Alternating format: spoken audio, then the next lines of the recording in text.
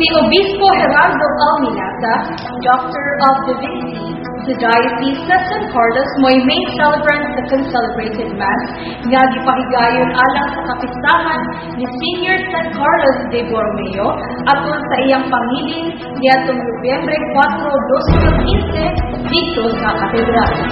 Dili moubos sa 50 ka mga kaparian sa nagkalain-laing parokya sa Diocese sa San Carlos ug Silingang Diocese ang miapil sa maong misa konselebrada diin si Obispo Alminasa mo'y nangulo apil usab ni Monsignor Eugene Peral, ang Padre Kura sa parokya ni San Carlos de Borromeo, kuyog sa uban nga mga kadagkuan sa simbahan isip mga co-celebrants.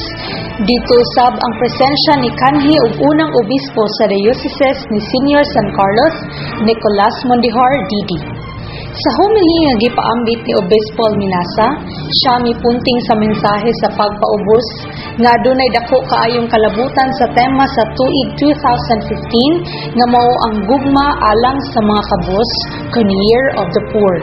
Iyang gihimong panig-ingnan ang kinabuhi ni Senior San Carlos de Borromeo nga bisan sa ilang kahimtang nga usa ka adunahan apan siya nagkinabuhi nga yano ug simple. Sa iyang pagkapari, kini nga mithi makita sa iyang coat of arms nga nahipatik ang Latin nga pulong nga humilitas, kun pagpaubos uban sa usa ka disenyo nga korona sa ibabaw niini.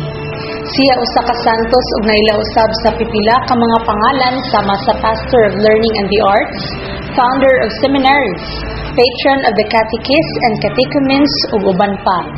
Ang maong misa kantada gitambungan sa katusan ka mga magtutuo gikan sa nagkalain-laing simbahan sa Diocese ni Senior San Carlos ug Silingang Dapit ug inubanan sa St. John Mary Vianney Seminary Choir ubos sa pagtudlo usab ni Carlos Ramon Solidarios kinsa usa-usab ka seminarista kanhi.